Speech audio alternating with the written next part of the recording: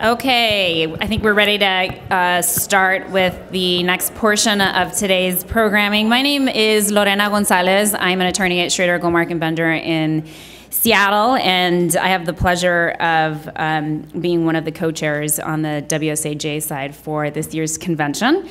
And I also have the pleasure of introducing Justice Oliver Diaz to all of you this morning, and I think probably many of you met him at last night's festivities, but Justice Oliver Diaz, who's here with his wife, Jennifer Diaz. Where's Jennifer? There she is. Please stand. Let us all applaud you.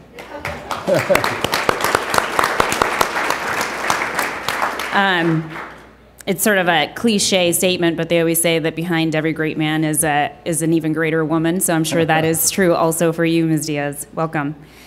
Justice Oliver Diaz is a former Mississippi Supreme Court justice, as most of us know. He was the inspiration for John Grisham's novel, The Appeal, and was also featured in the movie that so many of us have seen, and hopefully so many of our clients have seen, Hot Coffee, which is a film that was done by Susan Saladoff. So we all know that when he was a justice, he had a hard-fought re-election battle that he ultimately won. He was then, after he won, was criminally prosecuted on false charges that were designed to taint his reputation. Today, we have the pleasure of having him come here to talk about judicial elections and his experience and the Hot Coffee movie. And certainly, there's probably no one in this room who's more familiar with tort reform and the twisted, attempted influence of the U.S. Chamber of Commerce to influence our justice system in a way that does not help our clients and their causes. So without further ado, I'd like to welcome Justice Diaz. Thank you. Thank you. Thanks, appreciate it. I'm going to apologize at first. I've been a judge for 15 years, and I've gotten lazy. Judges speak from their butt sitting down, and so yeah, I'm much more comfortable doing this. If it doesn't bother you all, I appreciate that. But thank you so much for welcoming us here, especially Mark. Thank you for inviting Jennifer and I. It's always wonderful to be here.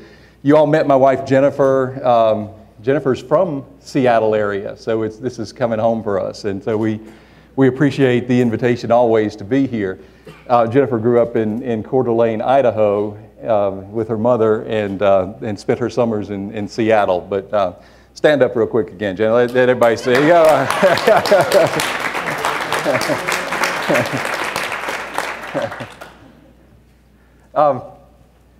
How many people have seen Hot Coffee? Who's seen the movie? Good, almost everybody. That's perfect. I didn't know how to break up this talk today. I know everybody's interested in Hot Coffee. We wanted to talk about that, but they also asked me to talk about judicial elections, and we want to do that.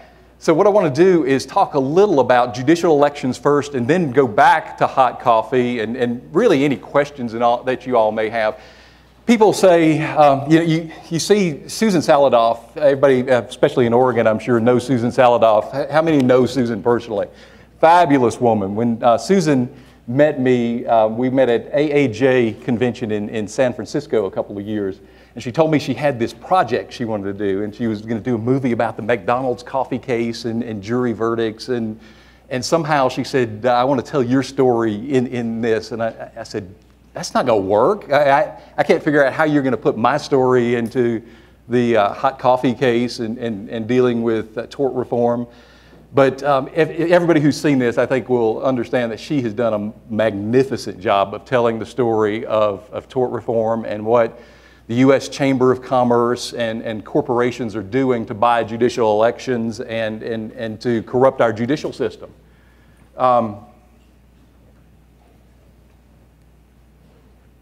Oh, I'm going the wrong way. There you go. That'll help.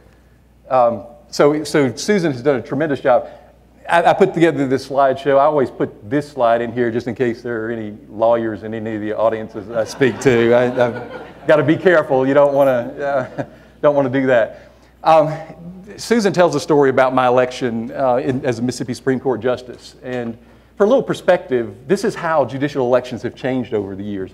In 1990, the winning judges for the Mississippi Supreme Court spent $25,000 on their elections. That was the winning judges in races for Mississippi Supreme Court. And that wasn't uncommon all around the country. By 2002, the races had cost over $1 million to run for the Supreme Court in some of these state races. It's amazing the amount of money that's come into these races. The U.S. Chamber of Commerce is primarily responsible for this in the beginning. In the 1990s, they declared Mississippi as a judicial hellhole. They had these publications come out. And what this did was open the door for corporations to come in and give lots of money to the U.S. Chamber, and they started donating money to judicial elections. They wanted to influence judicial elections. What had happened in Mississippi was we had started our campaign, and if you're familiar with political campaigns, you have a budget in a political campaign. We budgeted for our campaign. We knew how much we were going to spend. We knew how much my opponent was going to spend. All of that's required. You have to list your spending in advance in Mississippi. In most states, you have to file with the Secretary of State and tell everybody how much you've raised and where you spent your money. Come to about 2 weeks before Election Day, we had our final budgets in place. We had our final media buys in place. And all of a sudden, we started seeing these television ads running. And at the bottom of the ad, it said, sponsored by the U.S. Chamber of Commerce. They came in with $1 million ad buy in the last 2 weeks of our election. Caught us completely off guard, because this was actually the first time they had done that. They had started in Texas. They took over the Texas Supreme Court, if anybody's familiar with what had happened there. They took over Texas Supreme Court. Karl Rove was primarily responsible. He decided that it worked so well in Texas, they were going to start looking to see if they could replicate that in other states. They went to Alabama, and it worked the same way in Alabama. But they were doing it sort of low-key and behind the scenes. They just started putting money in judicial elections. Mississippi in the year 2000 was when I ran my first campaign in Mississippi. And they had never come in on a massive basis in state elections like that. And 2 weeks before the election, they dumped $1 million. So we had to scramble really quickly to raise money to counter this ad buy that we had not even anticipated. And fortunately, I had some good friends that supported me. My good friend Paul Miner was a plaintiff's attorney in Mississippi. Actually, he was a very successful attorney. He made lots of money in asbestos, but he was also one of the primary attorneys in tobacco litigation, which originated in Mississippi, and received lots of well-earned money in attorney's fees. But Paul was a very generous man. He was actually one of the top 10 donors to Democratic causes nationwide. For John Edwards' campaign, and at that time, he was one of John Edwards' top 10 campaign contributors. He was the largest single contributor to Democratic Party in the state of Mississippi. The individual who gave the most money was my friend Paul Miner. And when the U.S. Chamber came in, we had to scramble really quickly. So what he did was, he said, that's a lot of money. We can't, and we had actually spending limits. You can't just give candidates an unlimited amount of money. So he said, what we'll do is I'll co-sign a loan at the bank for your campaign, and you draw that money off of your bank loan, and we'll have fundraisers afterward and pay it down, which is all above board and legal, and it's common and accepted practice in Mississippi and many other states as well. Well, what had happened is, you all saw that I was prosecuted for bribery ultimately. The U.S. attorney in our case decided that he would use that campaign loan as the basis for a bribery charge. He said that if this guy is signing bank loans for you, then you must be doing something in return for him as a lawyer, and therefore, this has to be bribery, and we're going to indict you for bribery. And so I was indicted for bribery. Fortunately for me, Paul was a very good friend of mine, and that's why he signed the bank loan. And because he was my good friend, I refused to participate in any of his cases that had come up before the Mississippi Supreme Court. I recused myself every time his firm came before. Anytime he was associated on a case, I'd recused myself. Anybody associated with him, I recused myself. So I never sat on any one of his cases. The U.S. attorney had not. He actually did not even look at the cases that we had voted on before he brought the indictment, and was surprised when we were able to point out and show to the jury that I had recused myself every single time. And he had a significant amount of cases at the court, but I, fortunately for me, recused myself on every single case. The one case that I did not recuse myself on, Paul Miner was not the attorney on. He did not have anything to do with it. His father is a well-known, respected journalist in the state of Mississippi. His father's name is Bill Miner. He's won national awards for his journalism. He's well respected. He covered the civil rights era in Mississippi. And that's how Paul learned to be a plaintiff's lawyer, like most of us, learning to do the right thing, wanting to take on social causes and social justice issues. Paul's father was the leading newspaper reporter covering the civil rights movement in Mississippi in the 1960s, if you can imagine. He was there when the Freedom Riders came into Mississippi, getting off the buses, and as soon as they stepped off the bus, were beaten senseless and bloodied. Paul Minor's father was the first guy to reach out and help Congressman John Lewis when he came to Mississippi as a Freedom Rider. And they have a lifelong friendship that they've never ended because of that. He was the only white folks that helped any of these guys, a journalist. As a result, Mr. Minor and Paul, as growing up as a child, they had crosses burned on his lawn at nights. And when he was going to school, he would be beaten up by other white kids in Mississippi at the time. So he was brought up in that environment and wanted to be a trial lawyer, and that's what he wanted to do. But yet, the U.S. attorney in our case, a Republican, looked at the loan that he had sponsored for us and tried to call that bribery. But fortunately, the jury didn't see that. So that's a little of the background of how we got to where we were. A lot of folks always ask me, how did John Grisham write a book about you? How did that come about? Most people not in Mississippi don't realize, but John actually served in the Mississippi House of Representatives. He was a legislator in Mississippi at the time, which is where he made most of his contacts and got a lot of his stories and the politicians that he followed. I'm glad somebody's making money off my political career. Yeah, I'm not doing it, but more power to John. He's a great guy. I'm glad he did. One of the guys in our freshman class in the legislature was Governor Ronnie Musgrove. He came on board with John and I. We all became good friends. In 2000, there was a vacancy on the Mississippi Supreme Court, and when Governor Musgrove had at that time been elected governor, I knew him from my legislative days. He needed somebody to appoint to the Supreme Court, and he appointed me to that position. Paul Minor was also the largest contributor because of Democratic causes to the Democratic governor. They tried to use that as a basis for bribery as well, that Paul had somehow influenced the governor to appoint me to the Supreme Court. Of course, it would have been an elaborate plan because I'd never voted on any of his cases again. So it never made sense. It just didn't make sense. The guy who ran against me for the Supreme Court was a guy named Keith Sterrett. He was an assistant prosecutor. He was in the DA's office, local prosecutor. This was the district attorney that my opponent worked under, Donica Lampton. In 2000, Lampton left the DA's office and ran for Congress as a Republican in Mississippi. Lampton took on an incumbent Democrat at the time by the name of Ronnie Shows. Paul Minor was the largest contributor to the Democrat, Ronnie Shows, in that election against Lampton, the Republican. When Lampton lost the race, largely because of the contributions from my friend Paul Minor, George Bush appointed him as U.S. Attorney. As soon as he got in the U.S. Attorney's office, he began an investigation of Paul Minor. Can you imagine the conflicts of interest? We raised conflicts of interest all day long. The judge refused to even listen, allowed this guy to conduct his investigation, to prosecute us. But he was the guy that Paul Minor had donated the most money against in the congressional election that year. Haley Barbour. Most of y'all are familiar with Haley Barbour in Mississippi. What I'm trying to do, I want to give y'all a little background to Hot Coffee. Hot Coffee was about a 20-minute clip of me and Jennifer, and you don't really get to see a whole lot of what happened behind the scenes and how we got to the point where we got to. Some folks have asked me, they've been prosecutors their entire careers, and they think, well, if you're indicted, you probably did something wrong. A prosecutor just generally doesn't indict somebody for not doing anything wrong.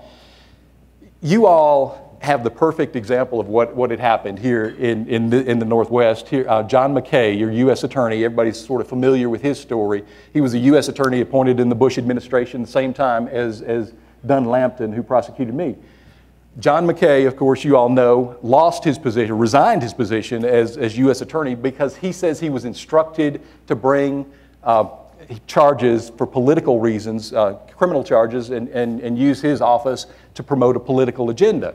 He did the right thing, as did 9 other U.S. attorneys around the country. They refused to bring these political prosecutions, and they resigned their offices. They did the right thing.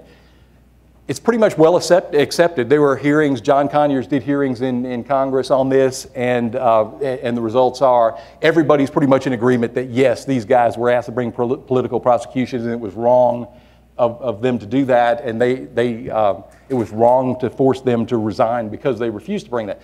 What nobody has really focused on to date is the flip side of that question.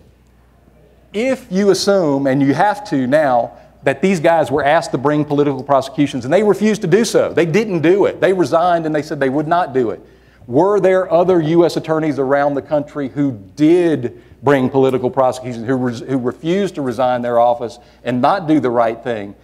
And I think that's sort of where you get the story of where we're coming from in Hot Coffee. John Conyers again held hearings after the U.S. Attorney scandal, and they found that these did occur. Were there political prosecutions? And my case was one of the 4 cases that his committee investigated, and they did come to the conclusion that yes, political prosecutions were brought in the United States of America. My friend Paul Miner, we went through a 3-month trial. I was fully acquitted of everything. Paul Miner was acquitted on all of his dealings with me, but the jury hung on several issues. He was not acquitted on everything. The U.S. Attorney re-indicted him and prosecuted him a couple of years after again for his same thing, dealing with other state judges. He guaranteed loans for their campaigns in other races. Went on trial for that. Unfortunately, these judges did not always recuse themselves. They had a couple of cases. Not that they did the wrong thing. I think they ruled as the law would have in any case. But that was enough for the U.S. Attorney to then say, look, these judges did not recuse, therefore they were bribed. Paul Miner sits in a federal prison today because of these loans. He's been in federal prison for 6 years now. He will get out in February. He actually hired me to help him. I'm representing him on his case. We just had an argument at the Fifth Circuit Court of Appeals last month. It didn't go well. The judges are a very conservative group in the Fifth Circuit and are not inclined to reverse criminal prosecutions at all, and certainly not inclined to do this one. But it's still pending. There's still hope. So that's part of the story. I also wanted to tell you some of the things that you don't know about that had happened in Hot Coffee. We didn't get a chance to focus on that, but you saw my wife Jennifer in the movie. Everybody remember she was the comic relief in the movie. She had the best lines in the movie. We had to cut out the scenes that got us above an R rating because of Jennifer, but anyway, we were okay with that, and it turned out well. But what the movie doesn't tell you. One of the lines in the movie you hear, Jennifer says, she was my campaign manager, and kind of chuckles, and everybody laughs at the movie. It's a humorous point.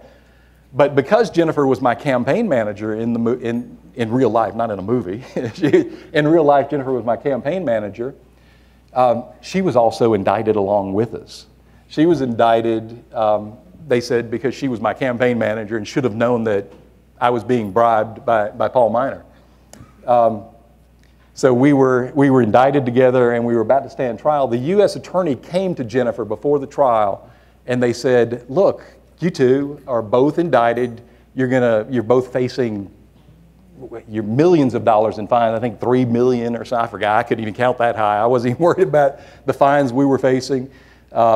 We were facing 95 years in the federal penitentiary if you ran them consecutively. Realistically, probably 10 years in the federal penitentiary. So they came to Jennifer and they said, look, you two, we know that you and Oliver have 2 very young children. I'm sure it's going to be fine. You can probably find somebody very good to watch your children for 10 years while you're in the penitentiary, so you don't have to worry about that. But we want to make a deal with you, Jennifer. They said, we'll make a deal with you that if you agree to testify against your husband, if you tell us everything you know about him and his campaign, if you work with us and give us all the information that you have, we will guarantee you that if you plead guilty, you will never serve a day in federal penitentiary, no fines, no probation, anything. We just want your cooperation, but you got to plead guilty. So she came home and told me about this meeting the prosecutors wanted to talk to her about, and we had to talk about it. Imagine having the conversation with your wife when you have to tell her, first of all, that you've been indicted because of you. You guys who've had affairs and had to talk to your husbands about affairs, that's nothing compared to telling them you got indicted because of me. So we had to sit down and talk about what had happened and what we were going to do as a result of the offer. And we decided, I said, look, you've got to take this deal. I said, there's nothing you can tell them that's going to hurt me. You can't hurt me in any way. You fully cooperate with them.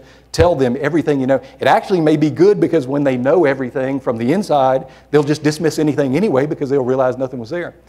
Well, she met with them about 40 separate times, meetings that lasted 3 hours at times, over many months. And when we got to the trial, it ended up that they couldn't use a thing that she said against me. She was not even called as a witness to testify. And, but as a result, she did have to plead guilty, and she's also now a convicted federal felon as a result of what had happened. That's some of the stuff you don't see in the Hot Coffee movie. I'm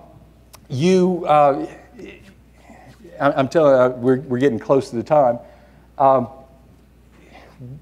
wanted to talk a little about judicial elections. I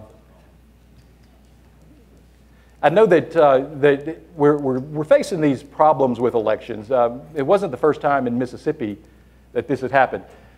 39 of our states use elections to select judges. 87% of all state judges run in elections of some kind. We're talking all elections. Some of them are merit retention elections.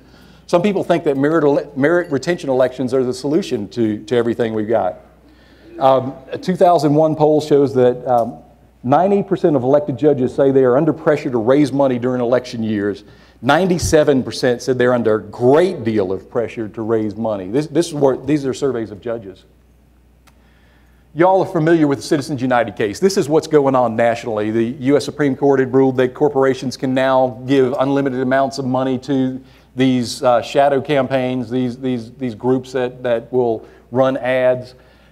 It's sort of what had happened in Mississippi in my race. It's what they were doing at the time. They used a separate entity to funnel a bunch of money to and start running political ads. Karl Rove, who was the brains behind the thing, the evil genius. I mean, it's genius when we think about what he did to set up this fundraising mechanism and pour money into judicial elections. He said at the time when he first started this, he said a couple of $1 million in unanswered TV ads will do wonders in an election, and not the kind of wonders that we want. He knew exactly what he was talking about, would do wonders in a political election. And so what you're seeing now on the national level is Citizens United played out on a national level. But it's not the same, because in the national elections, you're seeing this happen with President Obama and Mitt Romney. These groups are running these negative ads, and you see it on television all the time. But it's not the same thing, because you know President Obama. He's been in office for 4 years. I mean, he was in the United States Senate before that. We know something about him. Mitt Romney, whether you like him or not, you know something about him. He ran for president last time. He's been a businessman. He's been in the spotlight, the Olympics. You know something about him. When they run these ads in national elections, it's not the same. They can change your opinion a little bit, but they can't define a candidate. In judicial elections, nobody knows judges. You know, we like to think that people know us. I like to think that people know me as a judge. There are a few appellate nerds around the country who know judges, and that's it. I could go to the grocery store and nobody would know me. And if somebody starts running millions of dollars in television ads against me, they can actually define me. And what they did, Hot Coffee tells the story, they were running these terrible, terrible ads about me. I had voted in a case to reverse a conviction against a cocaine dealer. Heavens forbid. Can you imagine an appellate judge reversing a conviction of a cocaine dealer? Well, there were problems at the trial. It should have been reversed.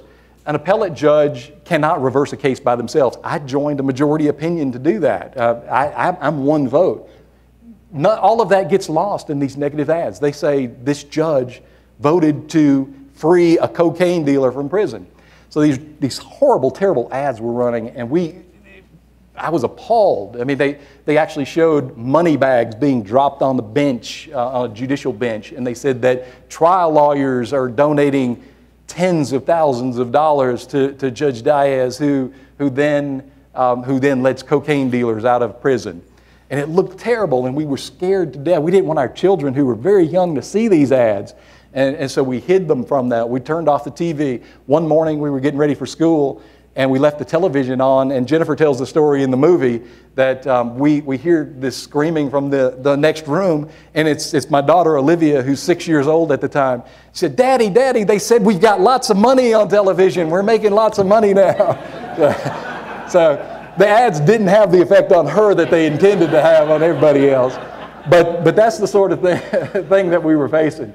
And that's what's happening now on a national level. Sandra Day O'Connor has talked about the problem in judicial elections, what's going on. She said, the second little bullet point there, if you're a litigant appearing before a judge, it makes sense to invest in that judge's campaign. No state can possibly benefit from having that much money injected into a political campaign.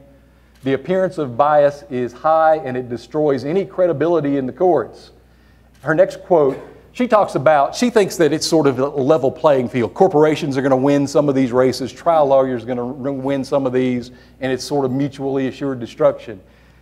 She's right about what's going on, but we all know that there is no balance between corporations and trial lawyers. It's not a level playing field with us at all. These are the facts. Prior to the Citizens United decision, these business groups were responsible for 44% of contributions to Supreme Court candidates, compared with 21% for lawyers groups. Business groups were responsible for 90% of spending by interest groups on television advertising. This is what the business groups come in. They come in and buy these negative TV ads, and 90% of that was coming from the business side. After Citizens United, this is only going to get worse. So the problem, we talk about not having bipartisanship in the states anymore. Republicans and Democrats can't agree. Amazing. 70% of Democrats, 70% of Republicans both say that campaign expenditures have an impact on courtroom decisions. This is amazing, folks, when the majority of our country believes that spending in judicial campaigns influence the outcome in election. But what's more shocking, the very last sentence down here, 46% of judges believe that campaign contributions influence judicial decisions. These are the judges. Our judges, we believe that campaign contributions are influencing our own decisions. That's frightening when this is happening in the country. We've got to do something about it. We can't keep going on with a system like this. Retention elections are not the solution. A lot of people think they are. Florida is going through this right now. They just invited me to speak down there. They have 3 judges going through retention elections. The U.S. Chamber has announced that they're going to come in and try to influence these elections, and it's already starting. We're already seeing what's happening in Florida. And they're not going to be able to keep up. What happens is judges in retention elections are not able to compete. It's a stand for retention alone. Yes or no type thing, and judges are not able to get out there and campaign for themselves, and you get these negative ads focused on them, and it's very easy to influence a no vote, and it's happened before. Happened in Tennessee, Penny White, the Chief Justice, because she had voted against the death penalty case, a retention election. The majority of Tennessee said, hey, you're out of here if you're voting against death penalty at the Tennessee Supreme Court. And it happened in Arkansas as well, same thing. So it's not a solution. We like to think that it might be, but it doesn't.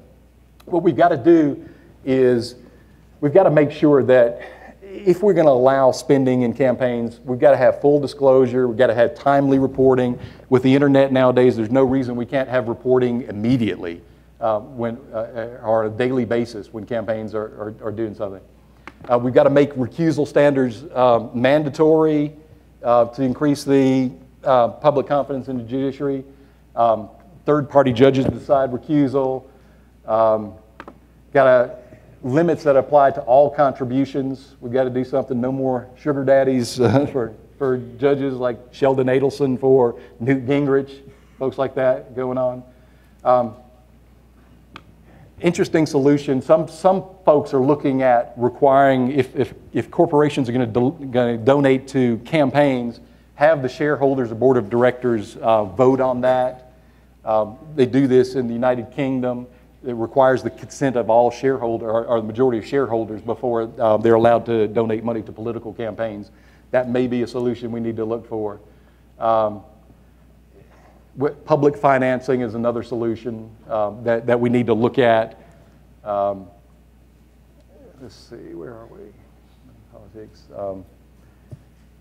Judicial nominating committees, appointment, even merit selection systems. We're looking at all sorts of things. Anyway, this is a real quick summary. I just wanted to bring this to your attention. I know you all are facing a lot of these problems in Washington State this year. I've talked to some of the judges who were in elections, and you guys are the decision makers, and you guys are the leaders. Your communities look to you for some advice on who these judges are. Like I said before, people don't know who the judges are. You do. You practice before them. Your community, they're looking toward you for recommendations on these things. We've got to take our roles as attorneys and decision makers and influencers in our local communities seriously, because we can influence these. We've got to do these things in order to keep judicial elections fair and keep the influence of big money out of it. Thank you so much for inviting me here. I appreciate it. Thank you. Thank you. Thanks. Thank you. Thanks. Thank you. Thank you.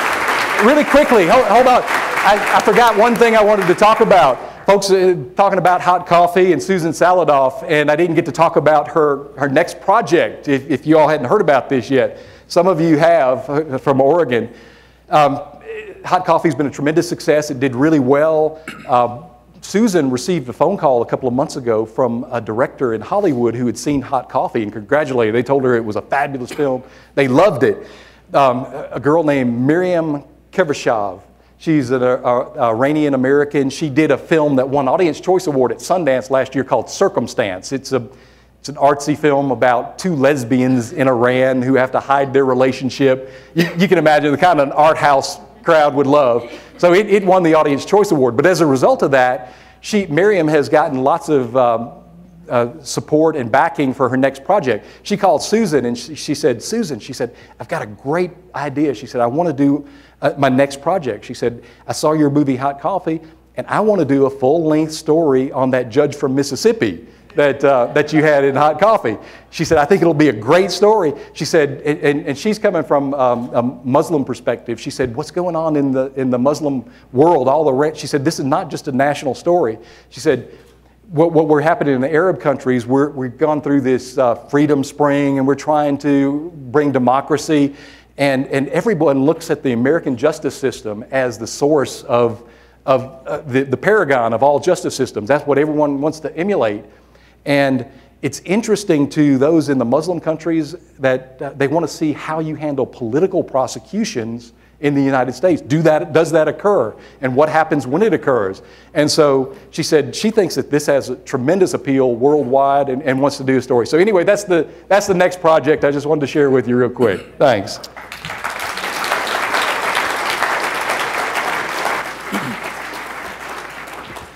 So before we let Justice Diaz leave, I'm going to ask his wife Jennifer to come up here, please. Yes. Come on up, please.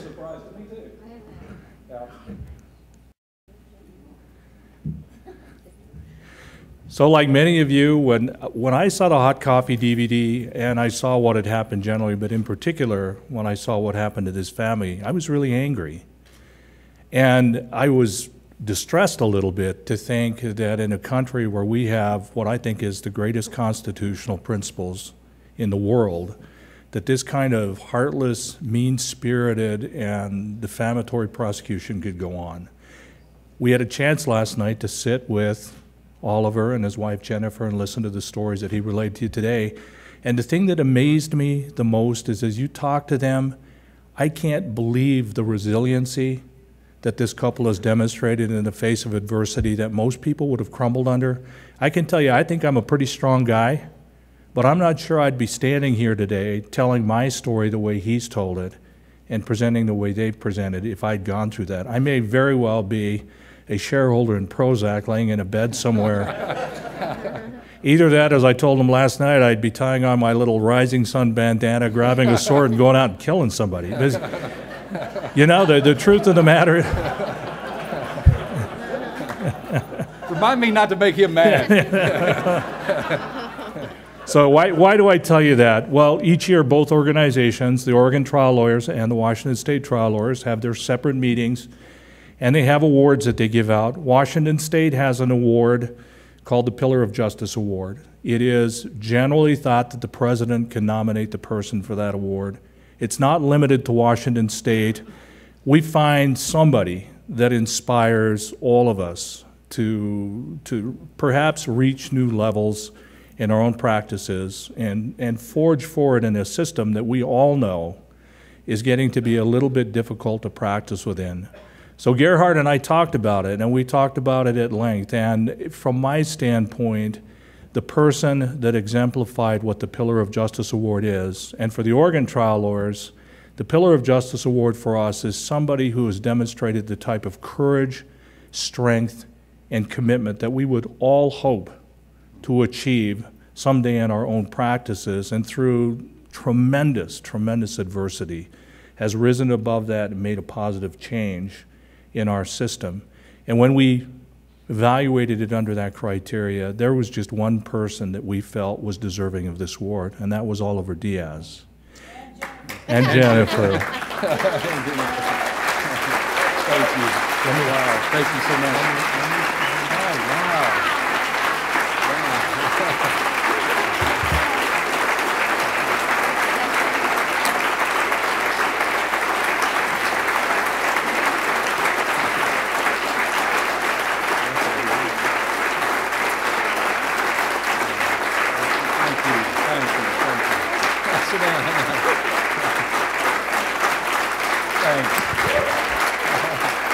Well deserved. Thank you. Thanks. You know, when we asked him to come out here, it was for this award, but we didn't want to tell him he was getting the award. So we asked him to speak, and we got him out on the... And then Jennifer was up in her room reading a book today, and I ran into Oliver and said, "Isn't she going to come?" And he goes, "No."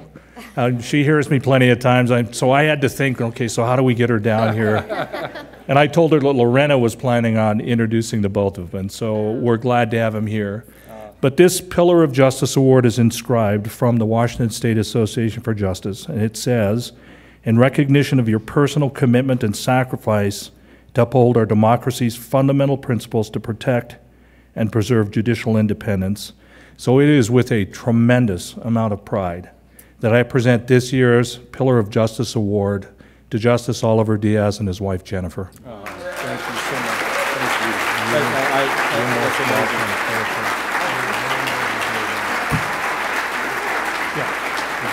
We get just a little picture with the three of us in here. Oh, yeah, please. Thank you. Thank you. There may be a bribery prosecution related to this now at some point. No, I really had no idea. I mean, I'm speechless at this point. I had no idea. Thank you so much, Mark. I really appreciate that. You know, when folks talk to me about hot coffee and they tell me that my story has inspired them, and I don't see it. I mean, Mark talks about having the courage to persevere. I didn't have a choice. I mean, what do you do? I didn't have a choice. We go forward. And I sincerely tell folks, and when Miriam called about this new movie I just told you about, I said, you know, why my story? I said, the other stories I think in hot coffee are much more compelling than my story. I said, you know, Jamie Lee Jones, who was brutally raped and whatever at Halliburton, and was subject to an arbitration agreement where she couldn't bring her case in civil court. She's got to live with that the rest of her life. I mean, she's suffering as a result of what had happened to her. The Gorley family, a medical malpractice claim against a newborn baby who suffered brain damage because the doctor did not deliver them when they should have. A child could have been born normally, but the doctor didn't, and they received compensation in the civil justice system because of caps. They have to live under that, and they've got to live the rest of their life with this child under an extremely low amount of money to provide for this child their entire life. We as a society have to make a choice. I mean, we can have these caps on damages and say, yes, we're not going to allow corporations to have to pay for their wrongdoing. But what's going to happen to the people? What's going to happen to the people who are injured by these corporations? I mean, do we just tell them, sorry, you're out of luck? A baby that's been delivered poorly through the negligence of a doctor, you're on your own, baby? I mean, we as a society have to make a decision. Are we going to support these folks with our tax dollars, or are we not? I mean, on the one hand, you've got corporate caps. Don't force the corporations to pay any money, but we sure don't want the citizens to have to pay anything either. Well, what happens to the people? What happens to those who are injured by this negligence? We as a society have to come up with a problem. We can't keep going like this. But thank you so much. I mean, I could go on, as you all probably now, and I didn't plan this at all, but thank you so much. I mean, I'm caught completely by surprise. I did not, you fooled me. I thought I was here to speak. Well deserved. But I want to also let Jennifer say something. She rarely gets. Don't let the shy act fool you. Ask Mark about last night. There's no shyness here at all whatsoever. We had 3 bottles of wine. Yeah, I was going to say there's been no wine consumed yet. But thank you so much. It really just touched my heart because I'm so proud of Oliver. And I don't want to seem like I'm a great person because I didn't stand by Oliver like I probably should have. I actually divorced him. And you didn't see that? Yeah, that was in the movie. So there's a little bit more to our story. And since I am from Coeur d'Alene and your convention next year just happens to be in Coeur d'Alene, if you invite me next year, I will really give you all the dirt. But no.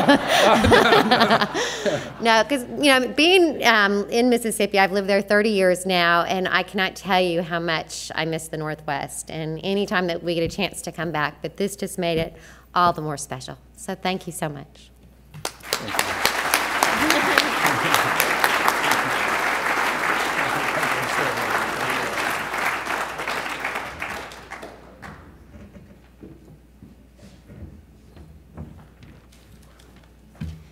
All right. Well, thank you, Justice Diaz, for your presentation today, and congratulations. I am going to introduce our next speaker, and I'm kind of breaking out in hives because I think we're a little behind schedule now, and that's like my worst nightmare ever. But I think Linda is prepared to modify her comments for this afternoon, or I guess it's still morning. Linda Miller Atkinson is our next speaker. I met her just earlier today, and she said, don't say anything other than I'm a plaintiff's personal injury lawyer, and then let me do my thing. So I'm going to honor that request. I was reading her bio, and frankly, I was tired reading all of her. I was getting just tired reading through all of her wonderful awards and everything like that. She is absolutely fantastic. Her materials are in the booklet that you all have. Give it a read. Absolutely fascinating stuff. Really looking forward to hearing your remarks today. Thanks.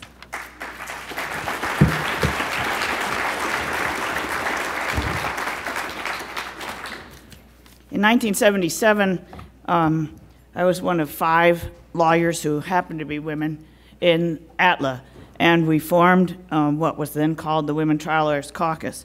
A founding member of that group was Barbara Perienti. And Barbara and I worked every day to try to recruit women trial lawyers and find opportunities and make opportunities for them at ATLA. And a lot of you were part of that as the movement grew. The reason that's important to me today is that Barbara Perienti was part of the majority in the case called Bush versus Gore in the Florida Supreme Court that found the election results in Gore's favor and was ultimately overturned, of course, by some other body. And Barbara Perrienti is one of the 3 judges of the Florida Supreme Court who's now fighting the merit retention battle. A person, there couldn't be a more courageous and decent trial lawyer than Barbara Perrienti. So I'm glad to yield as much time as Justice Diaz needs to tell you the story of merit retention and the evils of that conspiracy. And I'm happy to shrink my time because the materials contain a monograph called Preventable Injury and Disease in America.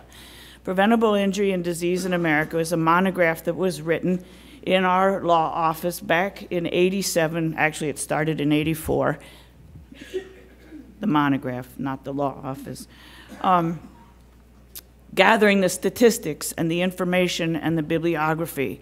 When I asked for the permission to give you the monograph for the materials here, someone said, "This was written in 1988. I said, "Yeah, what's your point?" They said, "Well, it's kind of old. It's more than 20 years old." Yeah, "What's your point?" "Well, you know, I mean, this is 2012. Have you read it?" "No." "Well, read it." I had similar conversations with some other people when we were preparing the materials.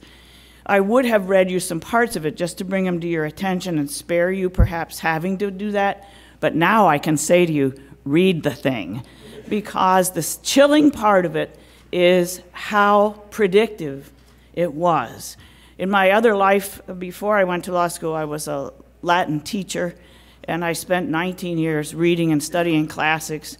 And I remember reading the story of the battles of Troy and Cassandra on the walls of Troy, who was doomed to predict the future but not be believed. Read this monograph. If there's a paragraph that's chilling in there about how, as we attack the unreasonable privilege and unreasonable discrimination in the system, the groups that I'm sure you'll recognize, manufacturers, trade associations, chambers of commerce, and other groups will mass their funds against us. And it's a massive fund. That was 1988. Different times, but a tremendous prediction for what you're seeing today. My topic is supposed to be the true tools of the trial lawyer, and I want to thank Bill Barton for really giving you the nuts and bolts and a lot of what I might have said, but he did a lot better. I'm only going to talk about 4 tools of the trial lawyer, and I'll give them to you right now, and then I'm going to expand on them a little bit if time permits. The first and most important tool of the trial lawyer is philosophy. Philosophy is hard to wrap your hands around. It's not very concrete, but I'll translate that into some concrete terms for you. Philosophy. It's philosophy that helps us go into court every day on cases where there's a question, where there is devastating injury, where the law is a challenge. It's philosophy that gives us the courage to do things like Justice Diaz did, and like each of you have done, that in Oregon and in Washington, that have given us in the beleaguered Midwest some courage and some hope that there's light at the end of the caps on damages tunnel, light at the end of the right to trial by jury in civil cases tunnel, light at the end of incredible obstacles to putting on expert testimony tunnel, and things like that. I'll tell you a little more about philosophy, but that's number 1 and 90%. The second is the courage.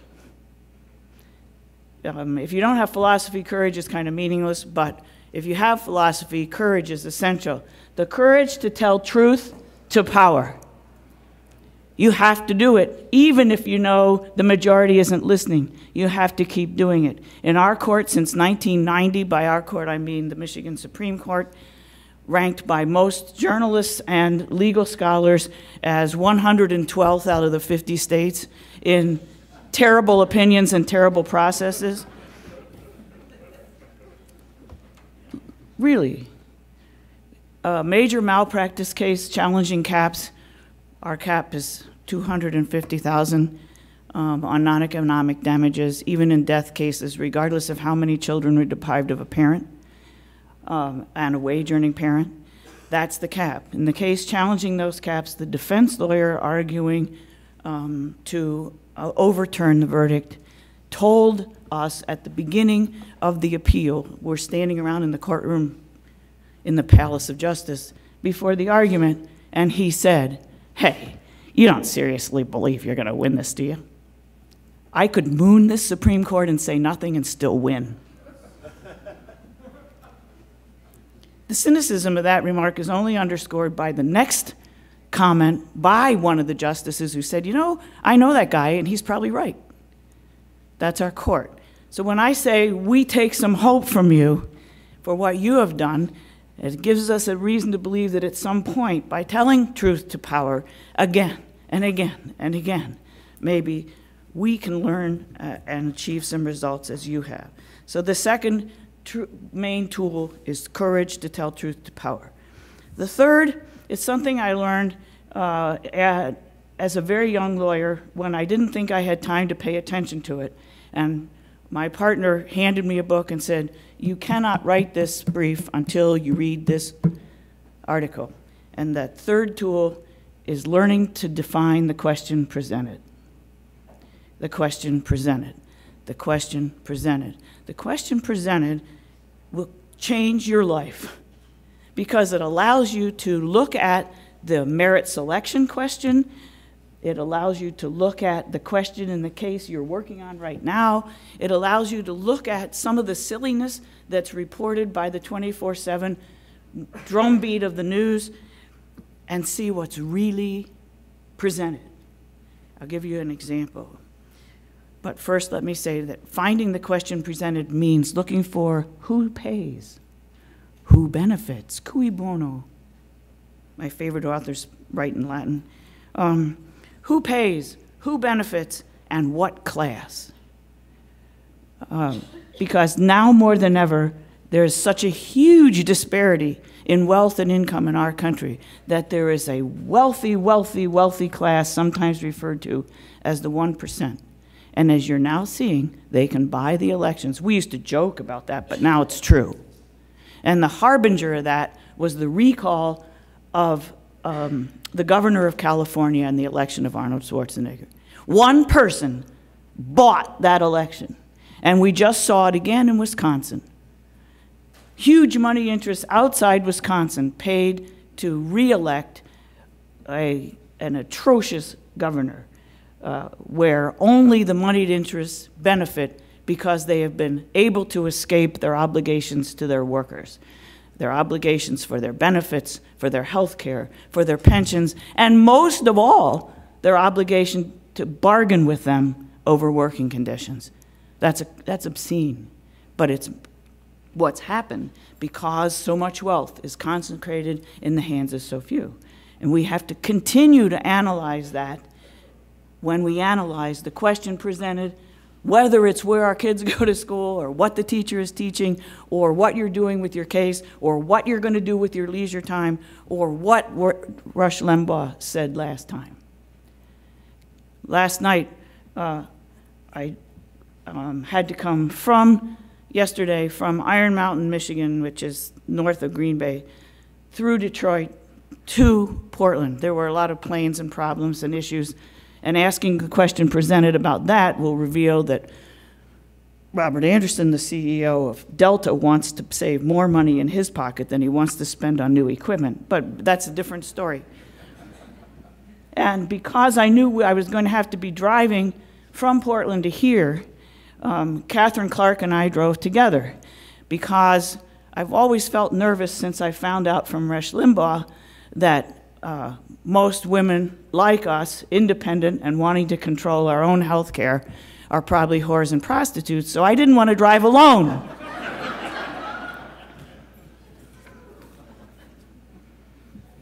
We got here at 4 a.m., so I'm a little bit frantic.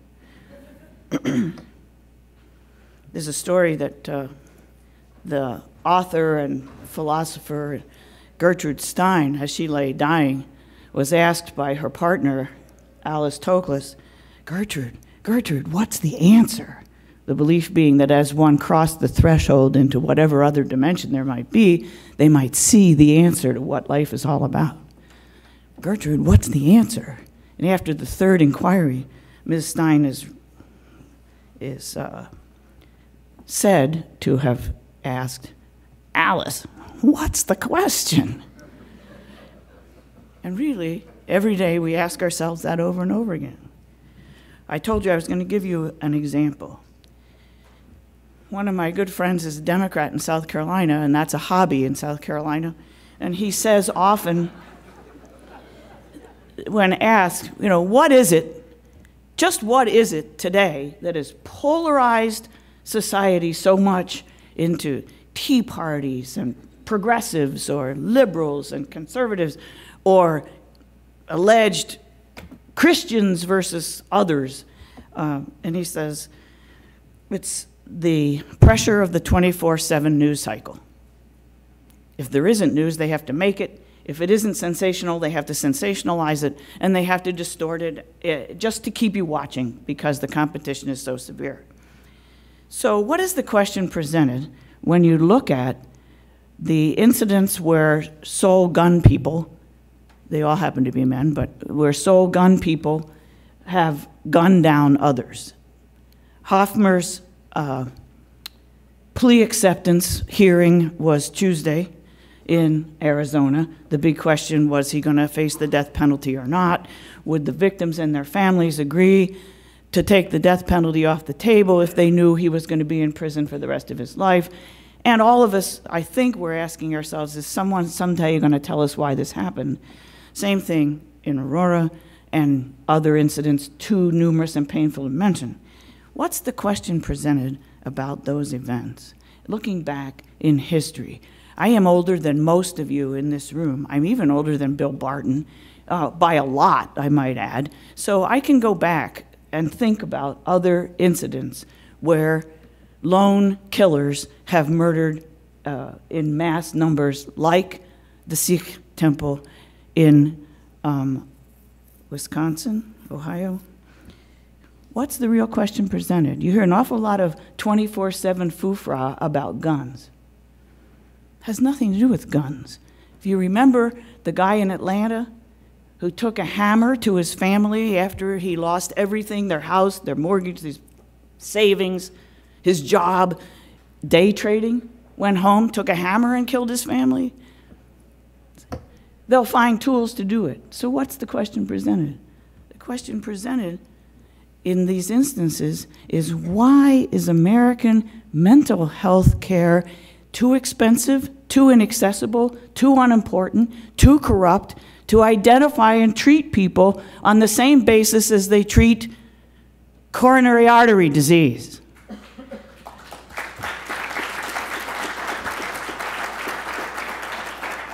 And how long will we let the healthcare establishment overcharge, refuse to diagnose, refuse to treat, blame guns? I mean, Hoffner was eloquent at his plea deal, and his psychiatrist, who said that he was horribly ill with paranoid schizophrenia, that the treatment and the drugs had been effective. He indicated that he was now aware of the horror of what he had done. He was horribly upset about what he had done. He wished for forgiveness. He wanted to work in the prison and stay in the prison in payment for what he had done. He was a totally different person. If there's any picture of what we need to do about mental health, that's it. So why are we bothering to talk about guns that in most instances have been legally obtained under very difficult rules? That's an example of truth to power, question presented, and a philosophy that embraces the question of how we can make a better world.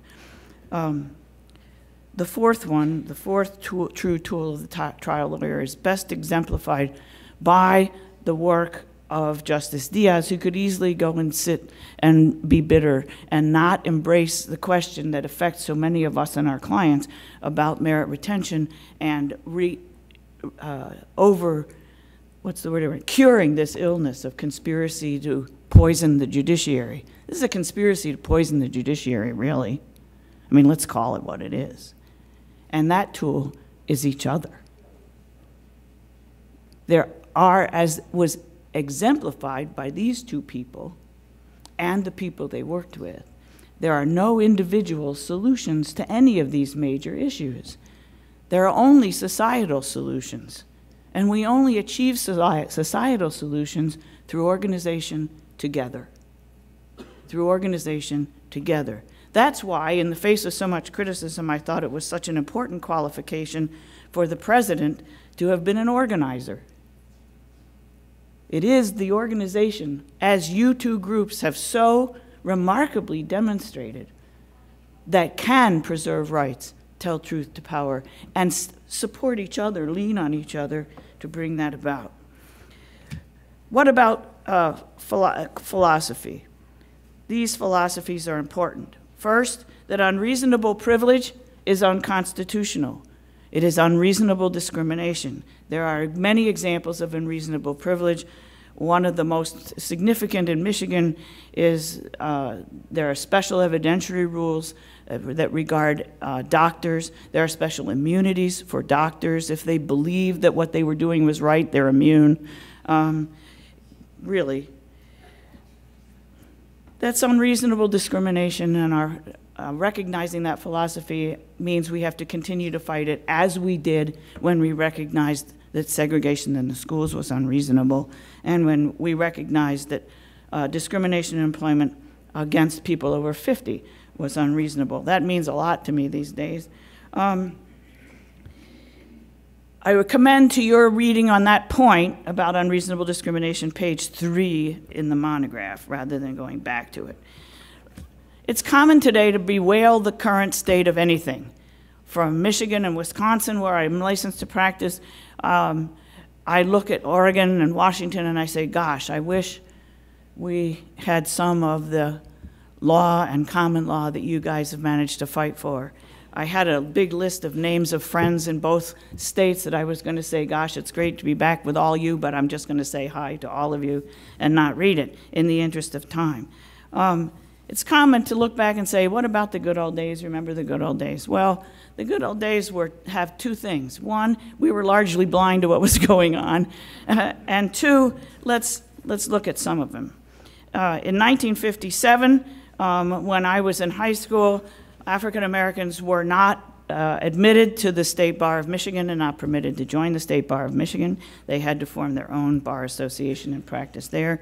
In 1973, in Michigan, under the laws of criminal procedure, the standard cross-examination of a rape victim was certainly allowed to include her own personal sexual history, which, of course, had nothing to do with whether she consented to the event.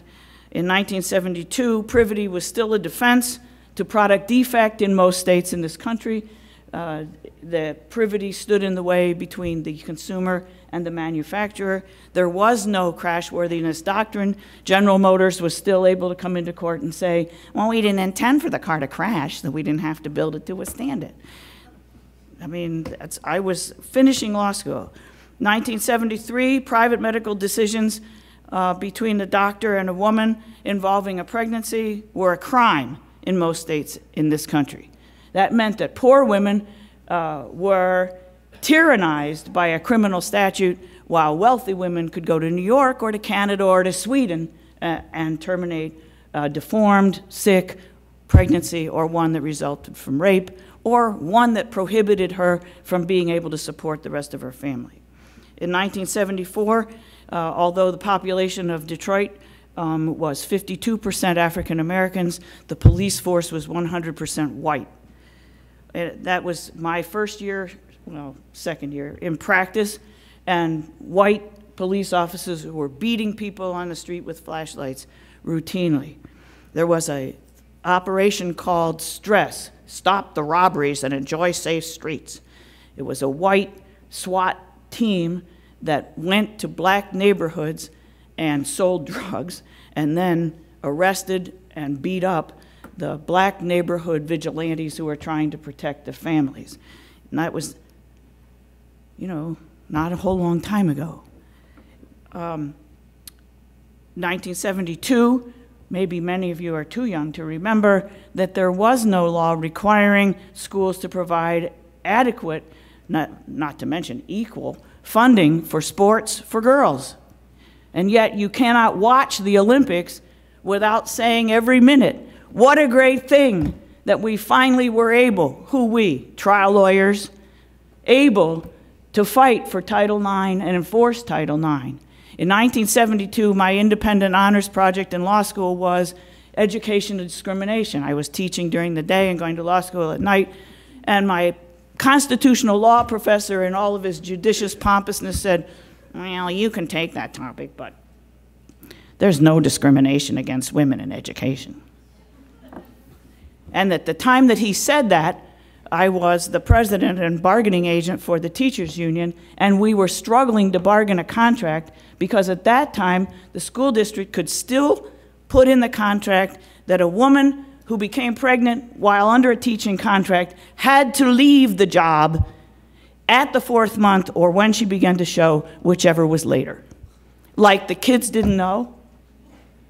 That was the law. Nobody said, hey, wait a minute. What's the diff? Why does she suffer economic discrimination and men don't? That was 1972. In 1978, we still had charitable immunity in Michigan. Hospitals that could claim that they were funded by a charity like the Sisters of Mercy, were immune. That was overturned at that time. In 1982, most cities in this country still had no curb cuts, no handrails, no accessible doors, and were not required to have any. None of the facilities was required to provide for equal access by persons using mobility devices or wheelchairs. And likewise, our schools were not required to give any education to persons with adaptive disabilities or impairments, and so those people were warehoused elsewhere. You know that because you represented a lot of them. That's less than 40 years ago, folks. So the good old days were not all that great. In 1956, same-sex partners were constantly harassed, criminalized, killed, lost their jobs, and it still continues, although we would like to say that we have been able to obtain some rights for same-sex partners. In 1981, I represented an 18-year-old woman who had suffered a spinal cord stroke and was paralyzed from the waist down because the birth control pill was improperly and defectively marketed. She had to ride the freight elevator every day to get in and out of the federal courthouse for her trial. Yeah, that doesn't happen anymore, and it doesn't happen, and a lot of those things are gone because you all, trial lawyers, have had the philosophy that unreasonable privilege is unreasonable discrimination, that the law isn't settled till you take care of it, that the courage to tell the truth to power, to know that judges, the kinds of judges we want, I have to take a little bit of issue with Bill Barton. The judge you want is judges who don't hate people. Forget about, are they a gentleman? That always sends my antenna right up. Are they polite? You know, whores are polite. We need judges who don't hate people. We need empathy on the jury. Empathy, not sympathy. Had a major trial in New Jersey 30 years ago involving a Rutgers football player who was paralyzed as a quadriplegic because they used an antique helmet design. The jury cried in the trial. The jury cried when they came out with their verdict, and they cried when they no-caused him. They don't want sympathy. We came here for money damages and to enforce the rights under the law, and that's what we're there about. There's a great story about the infield fly rule and the common law. Google it and read the whole article by Judge Alex Sanders, except that it tells the story, which I'll use as an illustration, about judges and politics, one of your 4 tools, with a small p, understanding the kind of judge you want. The infield fly rule requires the umpire to call a certain situation, fewer than 2 outs, ball in the infield, and it's designed to prohibit or run off some chicanery by the player, the fielder who catches it, then drops it and has an opportunity to get another out, chicanery. umpires are like judges. The whole essay about the infield fly rule and the common law is wonderful. Baseball fanatics or just fans like me, I love reading it every now and then to remind me about judges. Because like umpires, they do what happens in this little story. 3 umpires are talking about how to call balls and strikes. One of them says, I call them as I see them. That'd be your federal judge. The other umpire says, I call them as they are. That'd be your Supreme Court justice. The third one says, they ain't nothing until I call them. That's the judge we want. The judge who's willing to listen, the judge who's willing to take into account the facts, the judge who's willing to consider how it works, the judge who's willing to look at the new context. Because the law isn't what it was yesterday. It talks about horses and carriages, buggy whips.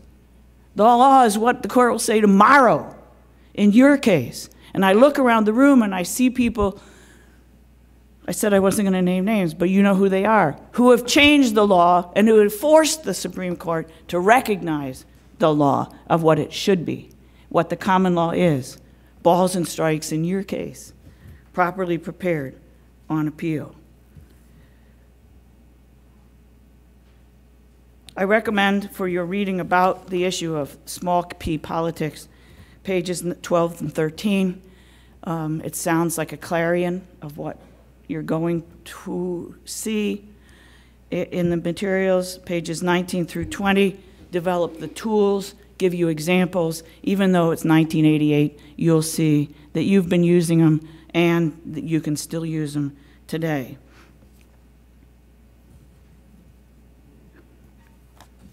Catherine Lee Bates is a Wellesley English professor in 1893 when she climbed Pikes Peak and looked west. Maybe she foresaw some of you guys out here in the great Northwest. She looked toward these magnificent lands that you all have taken such good stewardship of, where you have been stewards of the common law, and give us in the Rust Belt some help. She wrote a song about what she saw as far as she could see. It was a love song. Oh, beautiful for spacious skies, for amber waves of grain, purple mountain majesty above the fruited plain. America, America, God shed his grace on thee, crown thy good with brotherhood from sea to shining sea. We say that a lot. In fact, we sang it at the White Sox game last Sunday in Chicago, but we don't often sing the last verse. Maybe because it's a little bit discordant. And we need to visit it, I think, today as we listen to some of the speakers who have presented these issues, and as I try to challenge you to what your tasks are and what your tools are. That verse says, America, America, God mend thine every flaw. Confirm thy soul in self-control, thy liberty in law. That part is what you are stewards of. We forget a lot. Remember the old peace days when we heard a lot about law and order and not so much about law and justice? Liberty is the essential part, the soul of the law. Patriotism is the steady dedication of the lifetime. When somebody asks you what you do, what do you say? I watched some people in Chicago at the AAJ convention last week, in the subway on the way to the ball game, in the street, and they get kind of squirmy and they say, well, you know, I'm a lawyer. I suggest to you that, you know, if Abraham Lincoln were running for president today, the worst that the campaign could say about him was he was a trial lawyer. Hey, who are we? We are trial lawyers. We are the stewards of liberty and law. We are the stewards of the right of the voiceless. Tell them, I represent injured people. I represent the families of people who have been killed because of products and services and places that injured them. Say it proudly, because you have a long heritage of correcting a lot of those good old days that I bored you with. We represent people, not property, as Bill Barton emphasized. Our clients are not the proud, privileged, prominent types. We represent the lost, the last, the least, the left out. And that's part of our philosophy, that we come there because the most important tool of our philosophy is that the law is never settled till it's right. And it's never right till it's just. And it's never just till it serves society to the fullest. Not the 1%, not Citizens United, but everybody. And that's your challenge. And I'm going to be watching you. Thank you.